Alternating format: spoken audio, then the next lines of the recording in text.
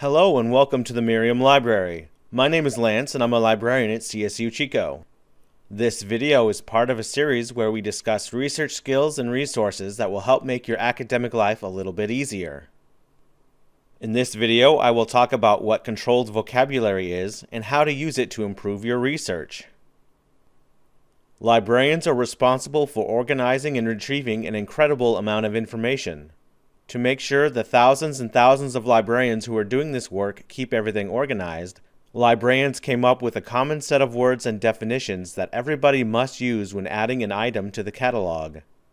This shared language is called a controlled vocabulary. Sometimes the words in the controlled vocabulary match the way we use them, but sometimes they do not. If the searches you are doing aren't getting good results, it can be very helpful to look at the controlled vocabulary your library uses to see if there are better keywords.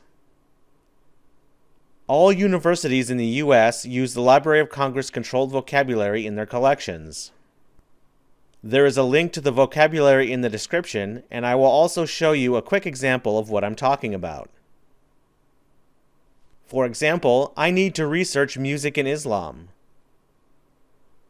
To make sure I'm using the correct search terms, first I would go to the Library of Congress Controlled Vocabulary page.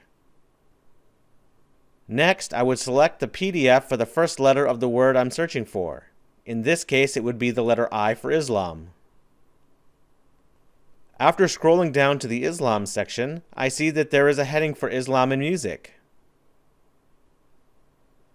Beneath that, I can see that it says I should use Islamic music or music-religious aspects-Islam to find better results.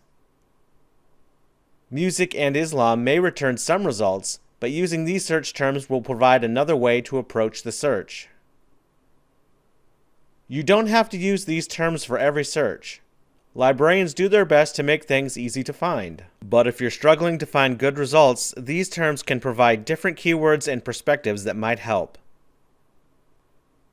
Now that you know how to use controlled vocabulary, you can search much more effectively. Thanks for watching, and maybe take a look at some of our other videos to learn more about how to use Merriam Library.